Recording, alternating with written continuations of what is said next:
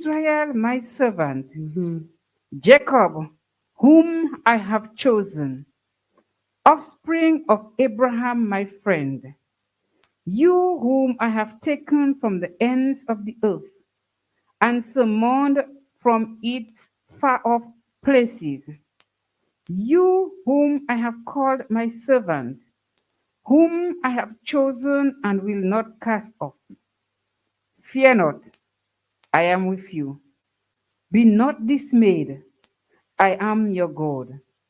I will strengthen you and help you and uphold you with my right hand of justice. The word of the Lord. Thanks be to God. Praise God. And so tonight, we want the word to resonate with you. And feel free to read that, throughout the rest of the week and even later tonight, probably before you go to bed. But I want to tonight bring up our guest who is going to share with us something very important. And I'll just give a little background so you guys understand why tonight. Because very often when we have prayer meeting, we expect a teaching on the Bible directly. Of course, I'm sure she's a faith-believing person. I knew her as a young child, and doesn't mean that she's that old, by the way. I like to tell people that when I went to church with people like Mr. Francis Felix Peter, I followed them everywhere.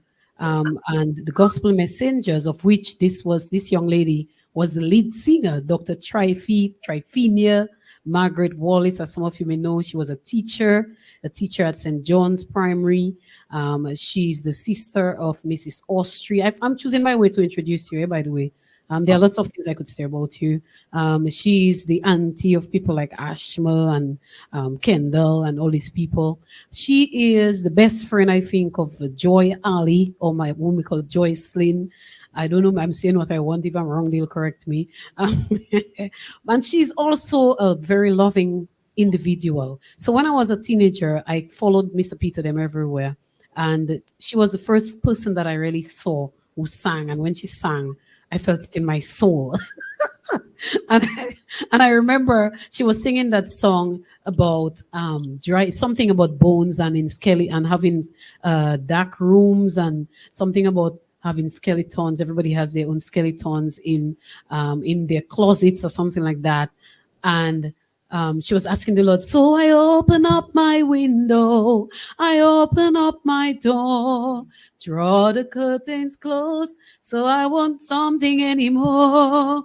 Breath of the living God. And you see, she's laughing at me because she knows the whole song and I don't. So she sang that song and it broke my heart to the point where I said, Lord, I would like to sing one day to lead your people like this, to draw people to you. And I believe the Lord heard my prayer because it was sincere.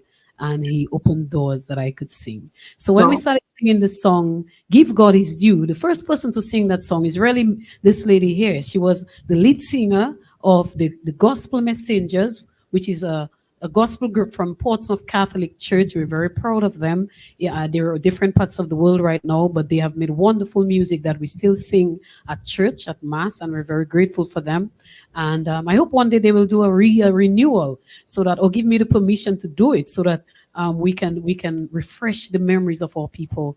And so there's lots I can say. But anyway, Dr. Tryphenia, she's called herself Trifi. They call her that over there, you know. She doesn't do it.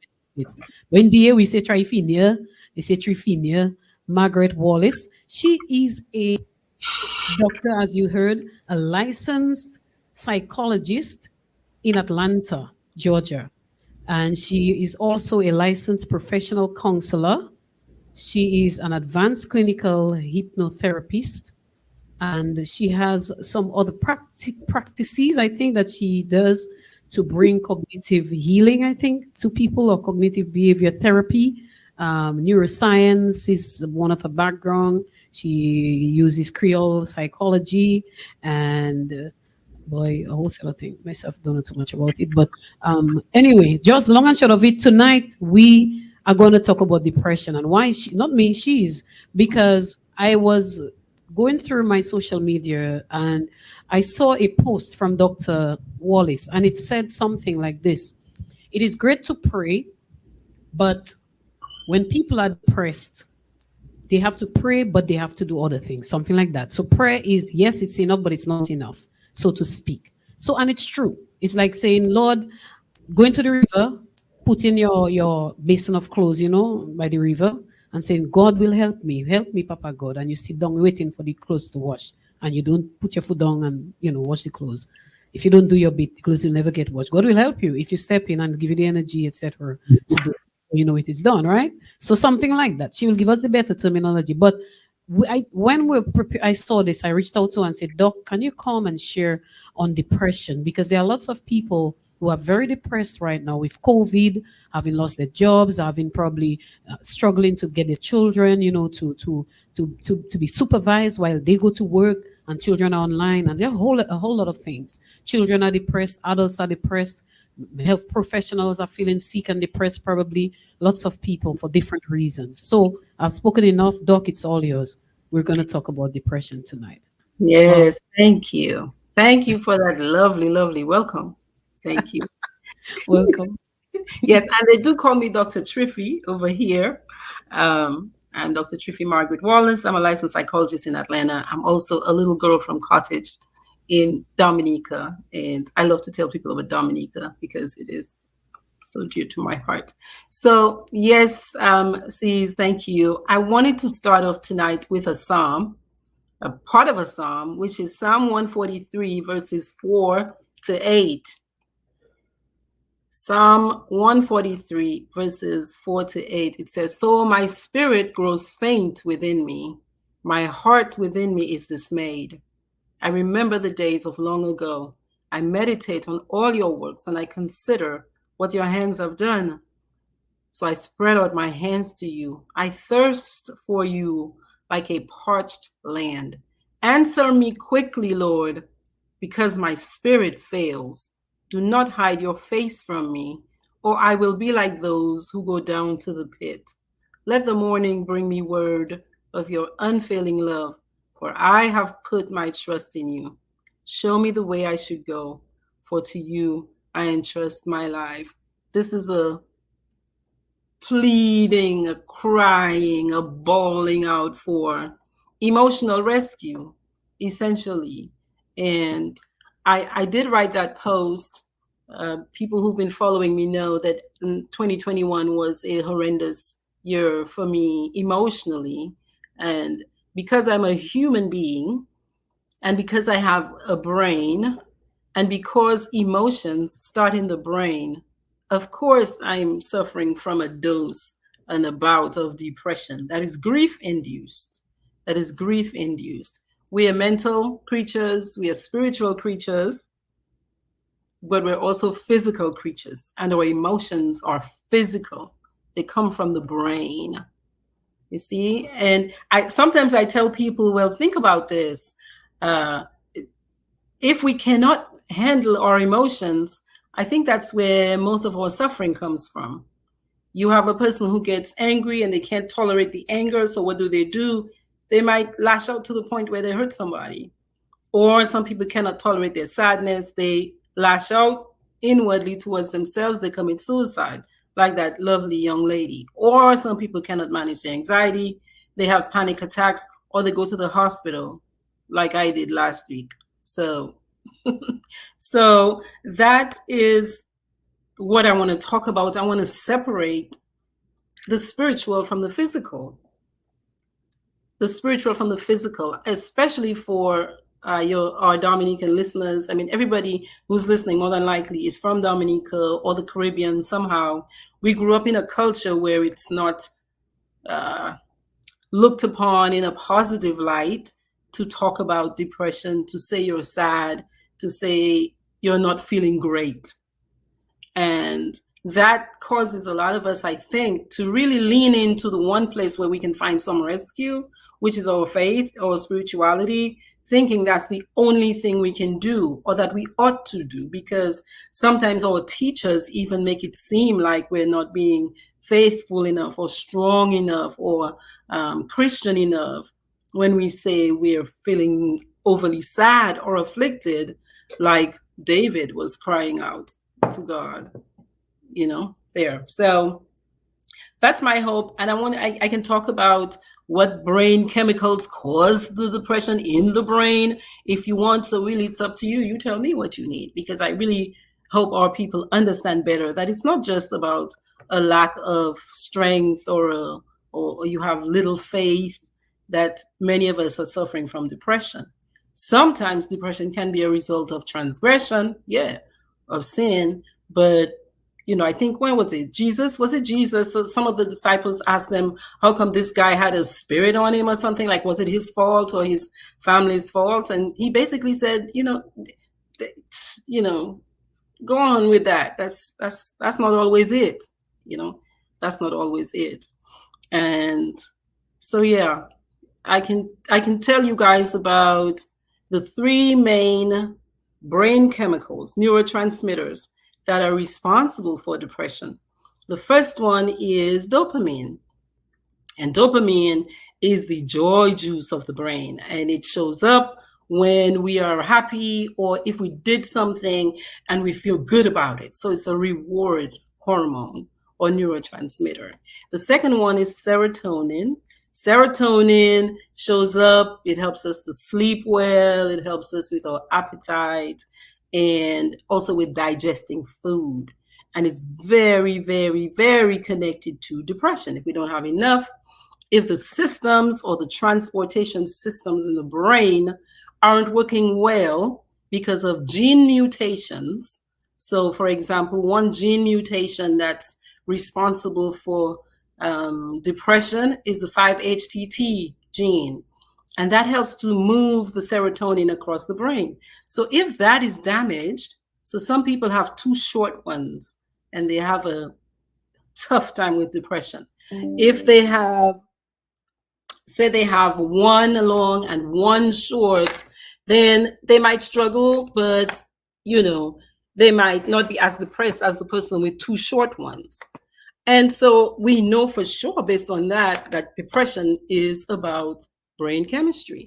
So I really want to encourage all people to, think harder about dismissing depression, and to think harder about how tough we can be on people who say they are depressed.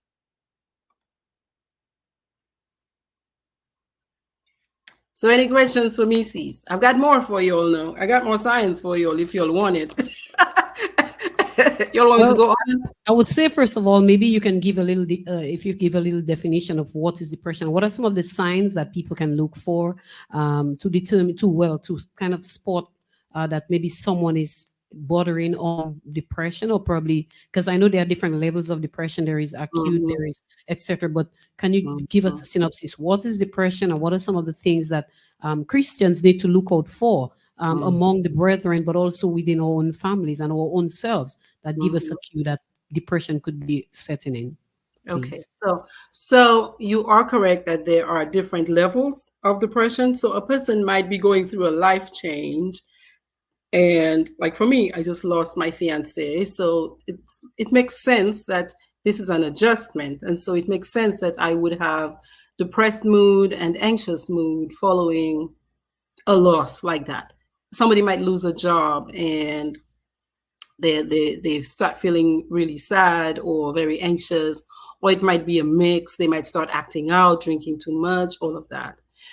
But we really start worrying about clinical depression when a person has, for more than 2 weeks, experienced sadness and a deep level of sadness.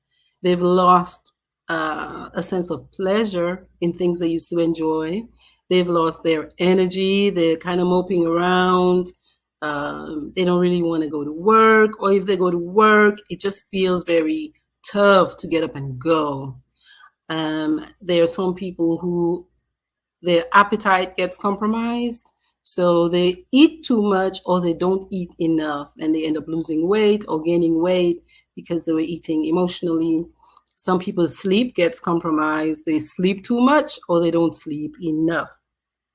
And then you also have people who, they react with a lot of irritability. So they're quick to snap, where before they might have had more patience. And at the extreme levels, you have those of us who are like, just forget about it. I might as well just die. Some people actively try to die. Some people do what we call para-suicidal behaviors, and they might cut themselves, or they drink too much, or they take too much drugs, or they fuss at the cops and they allow cops to shoot them. That's called death by cop. Many people call it a way to suicide yourself. So we do get to that level. Many people do get to that level of depression. And sometimes depression can actually even morph into psychosis, where the person starts hearing voices or seeing things, or they get paranoid. They don't trust anybody, and they think people are out to get them. So that's what you want to look out for in your family or in yourself. I think one of the biggest ones is when you lose pleasure in the things you used to enjoy. And also some people manifest their symptoms with hygiene problems. You don't feel like bathing anymore. You don't even feel like doing your makeup anymore. Especially for women, if you have a woman close to you who used to like her makeup and suddenly she doesn't care if her hair is not combed, her face isn't done.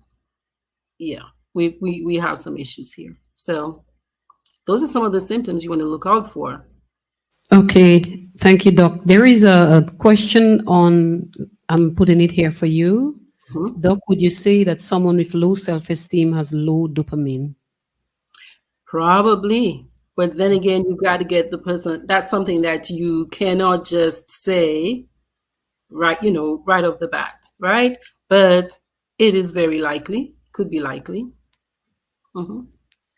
So how does one, a Christian, how does a Christian, I know we pray, we go to church, we Mhm. exercise all the various, Mhm. you could say practices and Mhm. opportunities to gather with the faithful that we can possibly do. Mhm. But as you said, maybe when someone is a Christian is feeling down, they probably not even want to go to church anymore because church maybe takes too much energy at that point to go. Yes. Yeah. Um, how does one cope with depression apart from the spiritual exercises? Of course, we know we must pray. We know we must read the word of God because there is power in that. We know we must, those of us who are Catholics, take part in the sacraments and that sort of thing. But what are some physical things that we can possibly do in order to cope with depression or to help others to do? Yeah. So depression is a really isolating illness. It's a neurological issue because it's a brain issue for many people. So the person wants to isolate. That's why they don't want to deal with many people. The thing though is you want to do the opposite. You want to make yourself ask for help. You want to make yourself say something to at least one person. If that person is your doctor, if that person is your best friend, if that person is your mom, your dad, and for those of us around people, when we see them kind of going down, like their mood is going down and lower and lower and lower, we can ask questions. So I am big on something called behavioral activation, which is to make yourself do, even though your mind doesn't want to do and your body doesn't want to do, in your spirit, your emotions don't want to do, you make yourself do things. Like I take walks, or I'd say go exercise, or do some baking or some art. Just start a little bit. Focus on something where you know you have some passion for it, and focus on something where you find it a valuable thing to do. You don't have to start off like, running 2 miles. You can go on a treadmill and walk for 5 minutes, or you can walk along the seashore, or you can walk up a hill, go visit your grandparent, because that would be something valuable for you. But you would also get exercise doing it, and you'd also get sunlight doing it. Now, that's what you can do on your own, but let me tell you, depression hurts. So that's not going to fix it. For many people, you need to go outside of that, and you need to talk to a therapist who can do an assessment and figure out, well, hey, is the level or the intensity of your depression enough that you might even need medication support? Because some of us, we've forgotten how to smile because we've been sad for so long. It's not our fault. The brain just kind of gets quickly locked in on there's no joy here, right? Dopamine is low. Yeah, there's nothing to smile about. So you want to go to a professional, and I say start with your primary care person, your doctor that you grew up with, and just say, I haven't been feeling like myself for a long time. And they'll ask you, there are many assessment tools they can use, ask you a few questions, and quickly, one of them might actually be able to prescribe something for you that's low dose enough before or if you don't need something higher. At that point, they would have to refer you to a psychiatrist who specializes in medication that can treat depression. So we really have to make a choice between, hey, am I going to be the dead holy Christian because I've caught it in my head that I cannot ask for help on that level? That would mean I'm not a Christian. I can be dead. Many people, again, they kill themselves because the pain is too intense. Yeah. Or I can ask for help and I can go to my doctor and they can give me one big class of medications is SSRIs, which is the selective serotonin reuptake inhibitors. It stops the brain from sucking back up all the serotonin that you need in your bloodstream to help you feel good. And sometimes, again, everybody's brain is different. So it's not your fault. You didn't do anything to cause yourself to be depressed sometimes, because sometimes it's a genetic issue, like I said. Sometimes you have family members with a history of depression. And so that's just really important to know and to acknowledge. Does not mean you're weak. It just means you're a human being.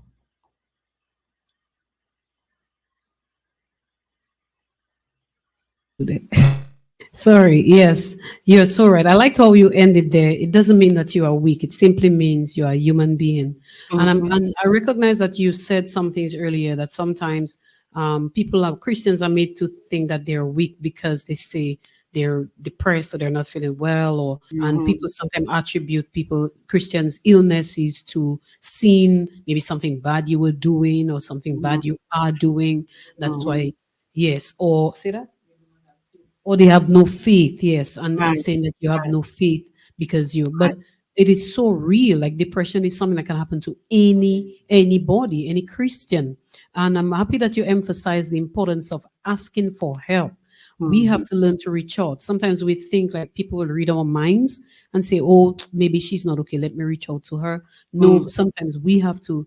And so, can you address the matter of pride, like that thing about pride, and also the issue of that is for counseling, for example, and psychological help is for mad people or crazy people. Can you speak a little about those two matters, please?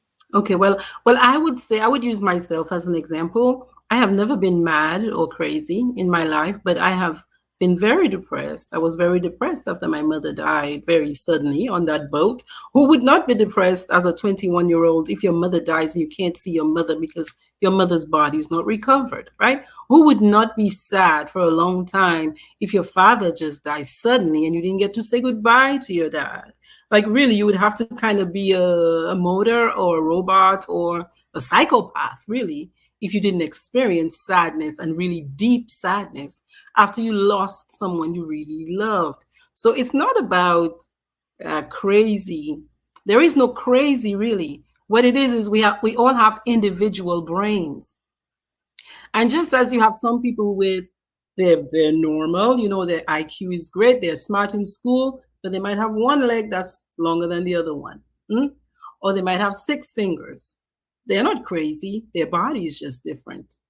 Okay, some of us are tall and skinny, some of us are a little wider, a little curvier. Every body is different. It's the same thing for the brain. Even though you have twins, their brains are going to have some variation. And so it cannot be that you are crazy. What it is your brain. You have a brain issue, not a mental. I really would prefer if people said a brain This is my brain health versus mental health, because we've come to associate mental with like real negative. But it's not mental. It's not, for many of us, it's not that our thinking patterns are off. For some of us, it's our biology that is off. So it's brain health versus mental health for a lot of us.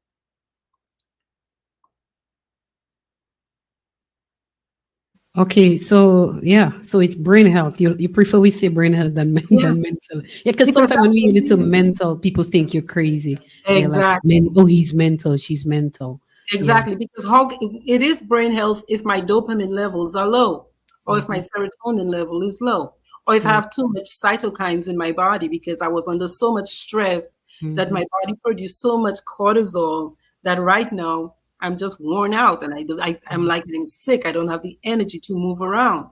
So it's not, some of us are in our environments, it's not really safe, or it's not predictable, or it's not comfortable. You might be growing up as a child in a household with parents who are so abusive to you. That child is under constant chronic Hmm. stress, and so that brain gets changed.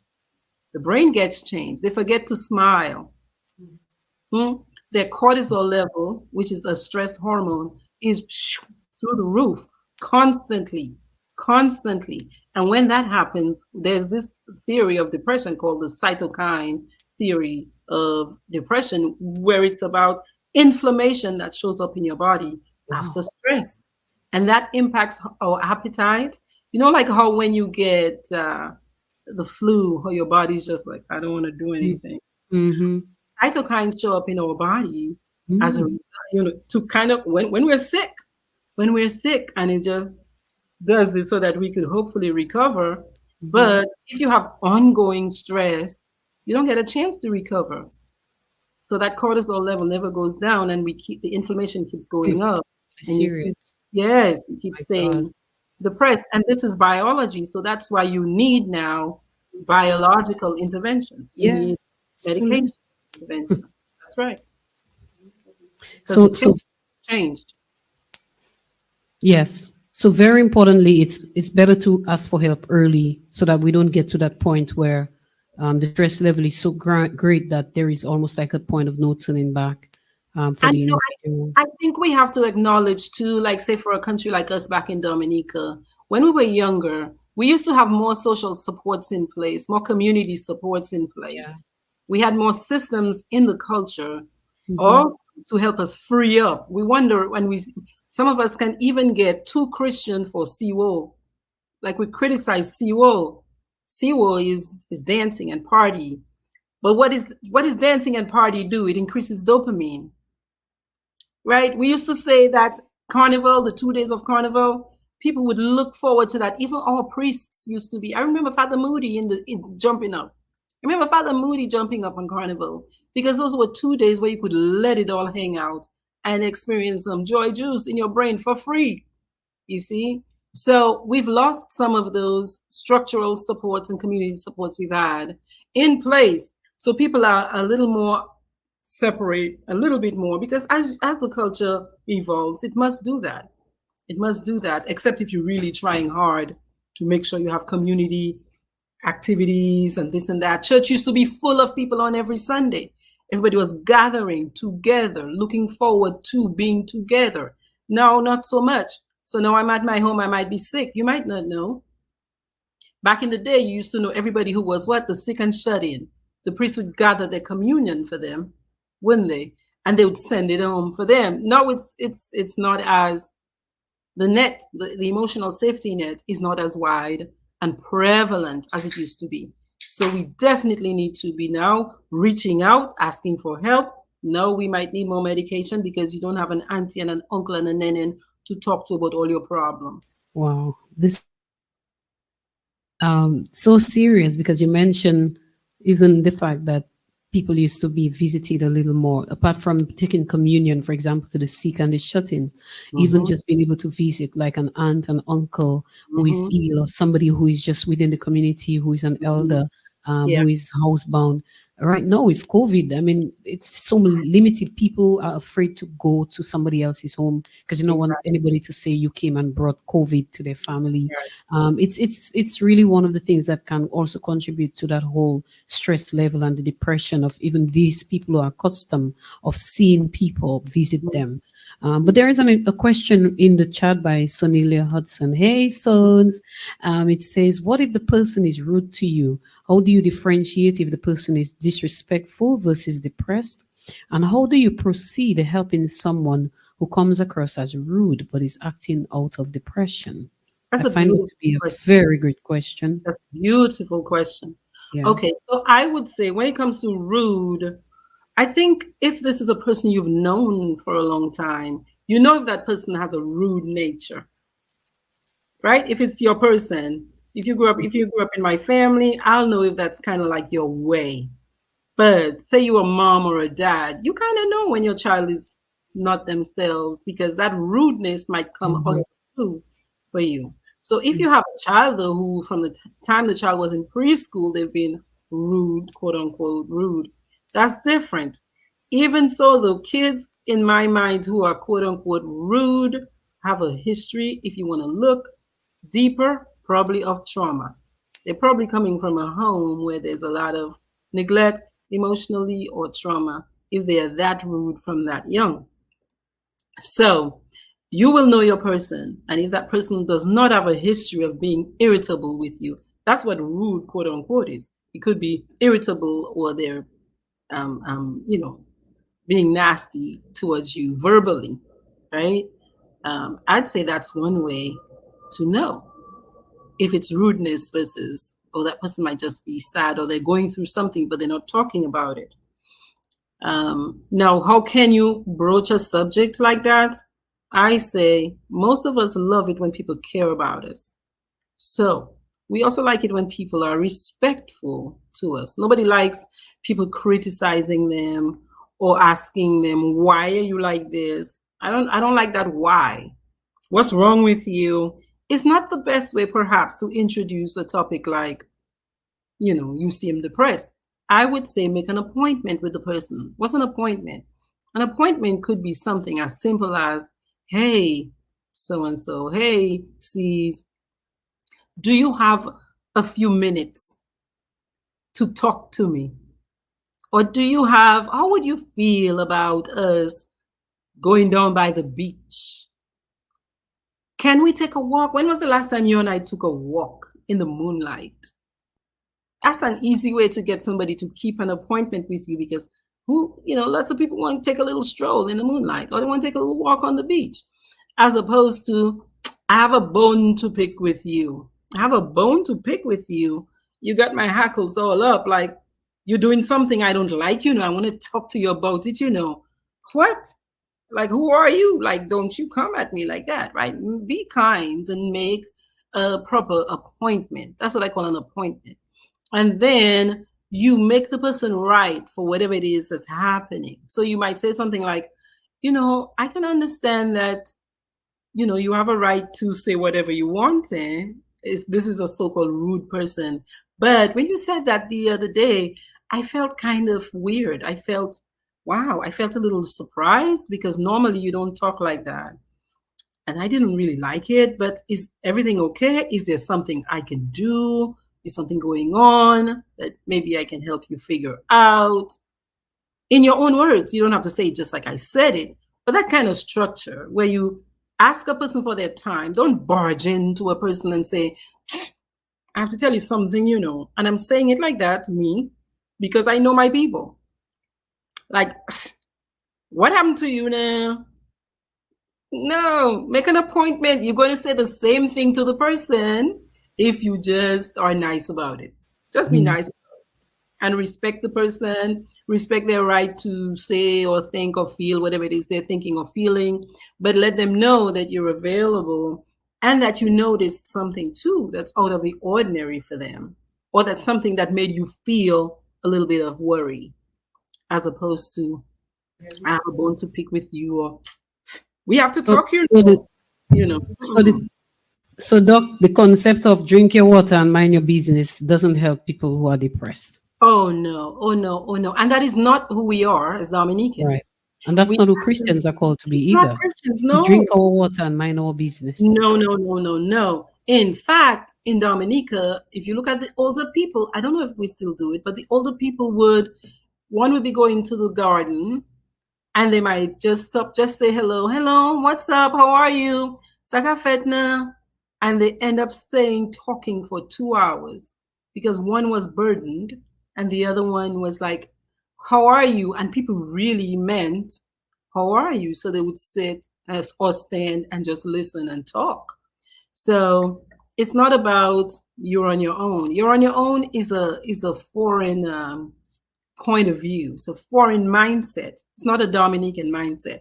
So if that's how you're operating, I think you're out of order. Yes, Alicia, you have a question. You have a mic too. Oh, you don't have a mic? Come in my mic first.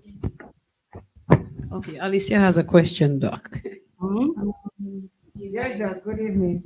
Good I evening. was just wondering, can you, the individual person, recognize or realize that you're going into depression?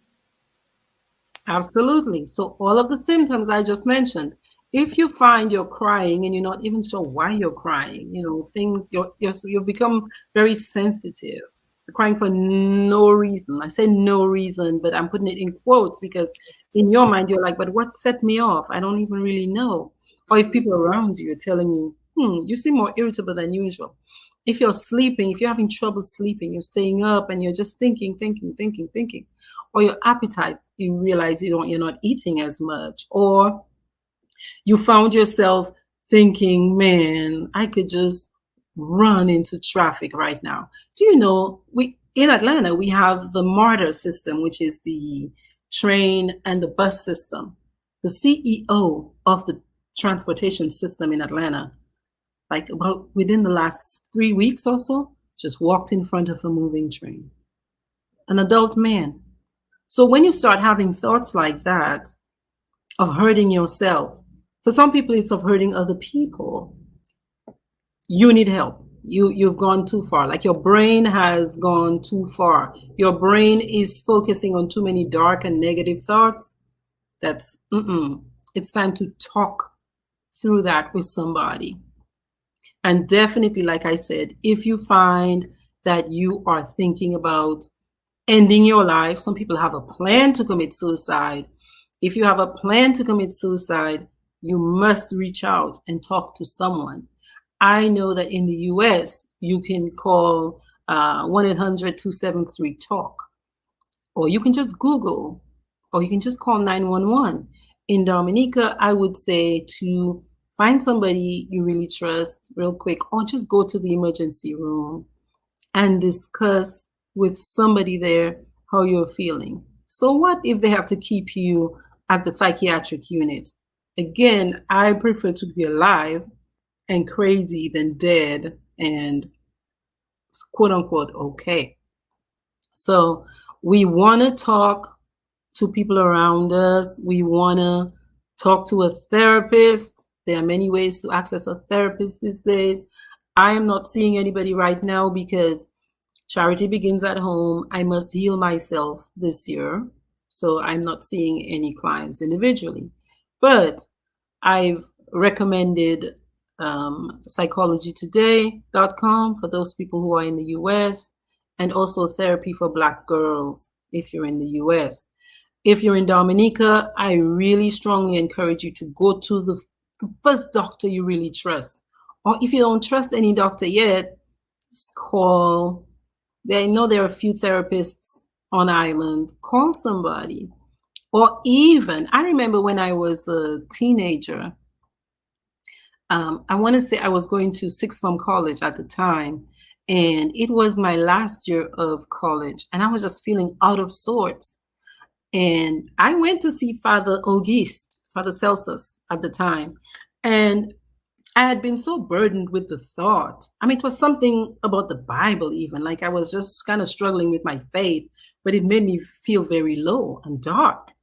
And I went to see him, and in 30 minutes, we were done, and I was feeling like screwed back on, like right as rain again. So we have priests, you can go, you have pastors, you have youth leaders, you have somebody you can talk to. Just start, kind of real close to you, and then widen your circle, is what I'd say. Yes, very important to talk. And Alicia has a lot of questions. I head is on her side. I can see she's in deep thought. But I know there are lots of people who say, me, I'm not trusting nobody and I'm going to talk to nobody for them to know my business and for them to tell. And so the issue of confidentiality, but just to mention too that people can also, we have mental health nurses, community health nurses, I think they're mental health nurses, they call them, in different districts, in the health districts, that is. And I'm sure if people go to the hospital, they can be referred to one of these nurses as well. And there is also an association, the Psychologists Association here. I can't remember the proper terminology, but I think it's Dominica Psychologist Association or something like that. I've been invited to a few of the meetings actually. My minor is in psychology. So I cannot say I'm a psychologist like you, but that's my minor. That was my minor when I studied. So I often get those invitations to those meetings. So I do know that they meet and they have been assisting a number of our people here in Dominica. And we have local counselors. I mean, we have in Portsmouth, for example, I know of Alice Brady Prince. We have Frederica James, Miss. We also have, well, I know Jacqueline Douglas is also a professional counselor. I think there's another person that I heard of in the community. I can't show. I'm not sure that I met her. Yes, there's also Miss Elma Williams. So a lot of these people, there's Patsy Later in Roseau, there is Macmillan Coffee, Miss Dr. Holmes, Valencia Webb, who is somebody we always refer people to. So we have some very good faith-based counselors as well, people who will help to direct you in the right direction. So Oliver Wallace, I think all these people. So there are lots of people, and I just want to encourage people out there, if you are in a place where you just need to talk to someone, apart from praying, we're happy you join us to pray. We will pray before we end tonight, but just so you know, we are concerned too about our general and overall health and well-being, and we're really happy that Doc is able to share with us some thoughts on that. Maybe just before we do the wrap up, because I know this is a grand subject and we could never exhaust it tonight, Doc, with the little time that we have.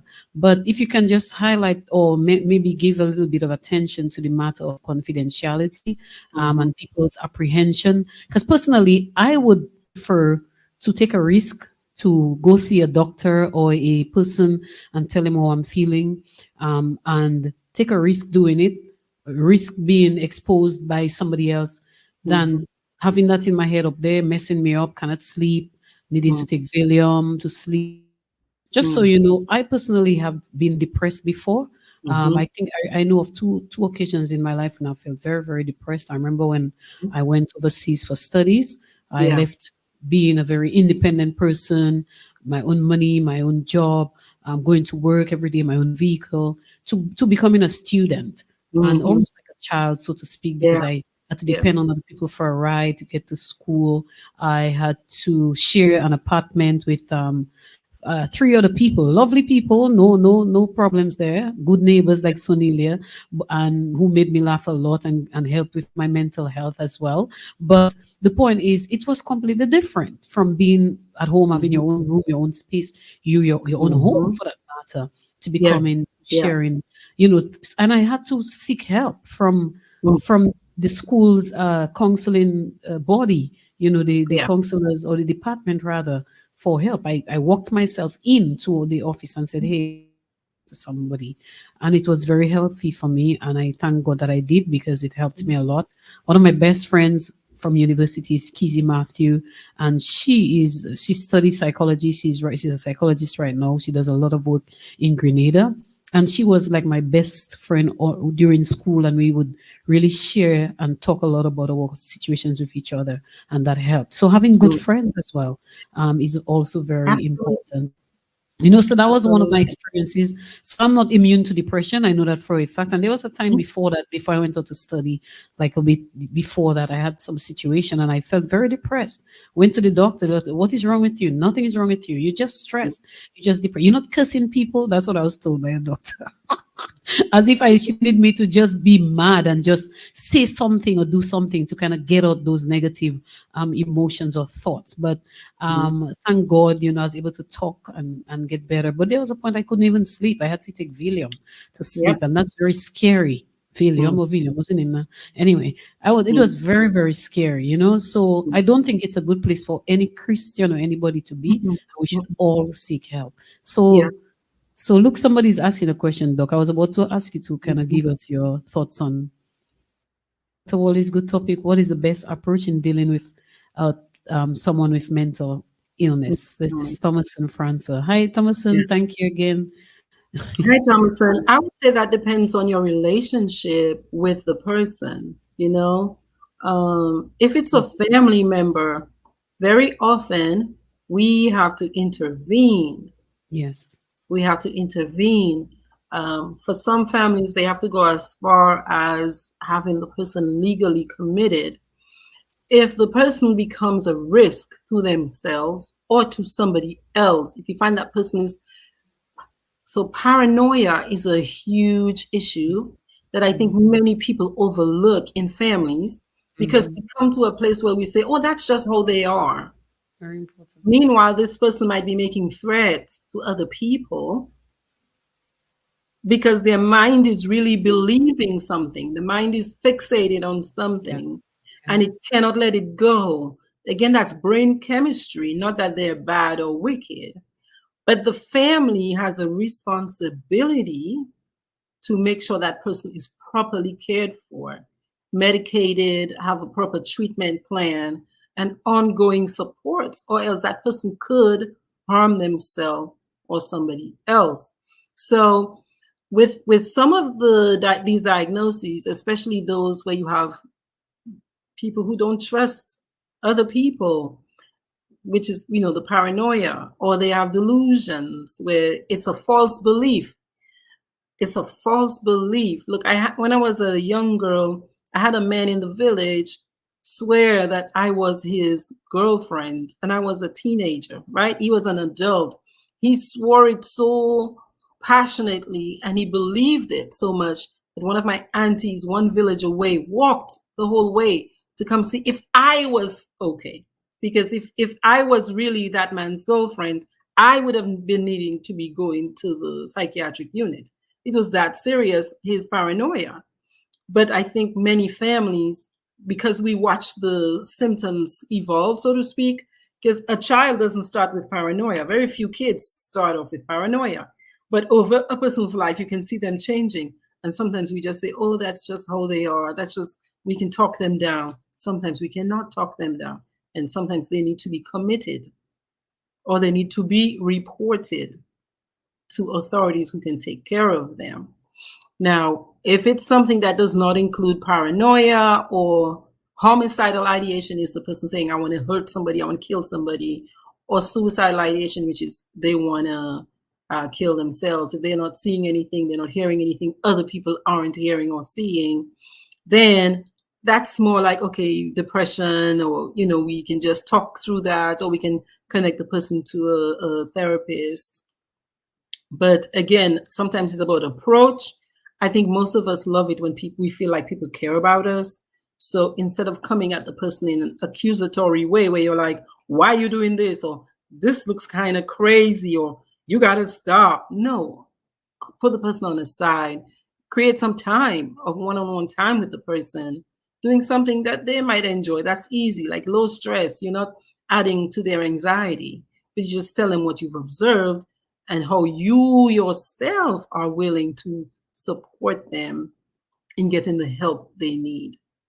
So that's how I would deal with a person going through mental illness. Just like a person, if you see somebody bleeding out of their nose, hey, um, can I stop you for a second? Did you notice that your nose is bleeding?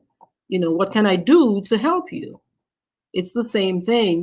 We have people with diabetes. If a person with diabetes falls down from not having enough sugar or having too much sugar in their blood, what do? You ask them, what can I do to help you?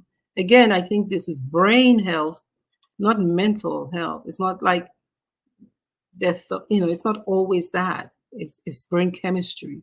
And so we have to step up more, in a way, be our brother's keeper more. Just we can save the community and the person sometimes from their own self.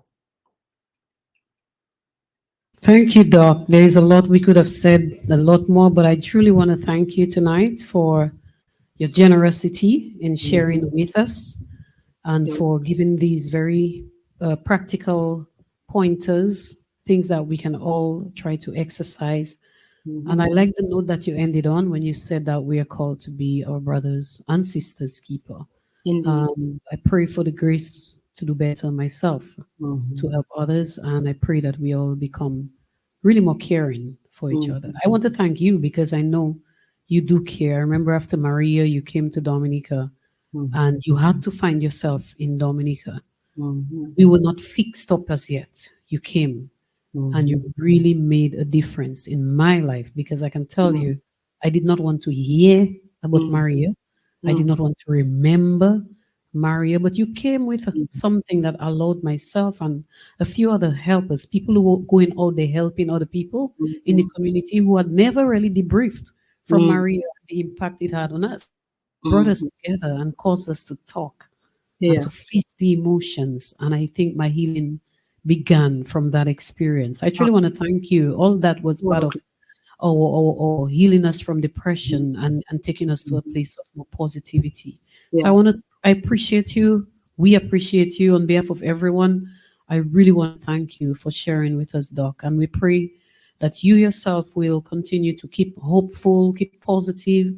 We see Mhm. your travel therapy. Travel gives you a certain kind of strength because you have had, oh boy, multiple reasons to be depressed, and Mhm. God has kept you from falling Indeed. flat, Indeed. from falling Indeed. flat on your face. He has picked you up. I Mhm. want to extend my condolences and that of all of us here, the prayer team here, to Thank you on the passing of your fiance most recently, and even your mom back then, you. and just all the things that you have been through. Still, you Mhm. can smile, your pretty smile, um, and still look lovely and encourage us. So we thank God for you, and we pray that you will continue to be strong for you and for us. So God bless you. Thank you so much. I'm going to end with this, Yeah. what I posted today, which is count it all joy. This was mine and my fiance's favorite quote. We used to Wow. tease each other and say like, man, how are we going to do this? Because we Hmm. went to Passion City Church once and the pastor was like, yeah, you got to count it all joy. And we're like, huh? Huh? Well, I got a test. You know what I mean? Count it all joy when you meet Yes. trials of various kinds, for you know that the testing of your faith produces steadfastness. And that's James Amen. verse 2. Wow. Thank you. Thank you. Thank you. And God bless you. Peace. Thank Peace. you so much. Love you, sister. All That's right. right. Love you too. All right. Awesome.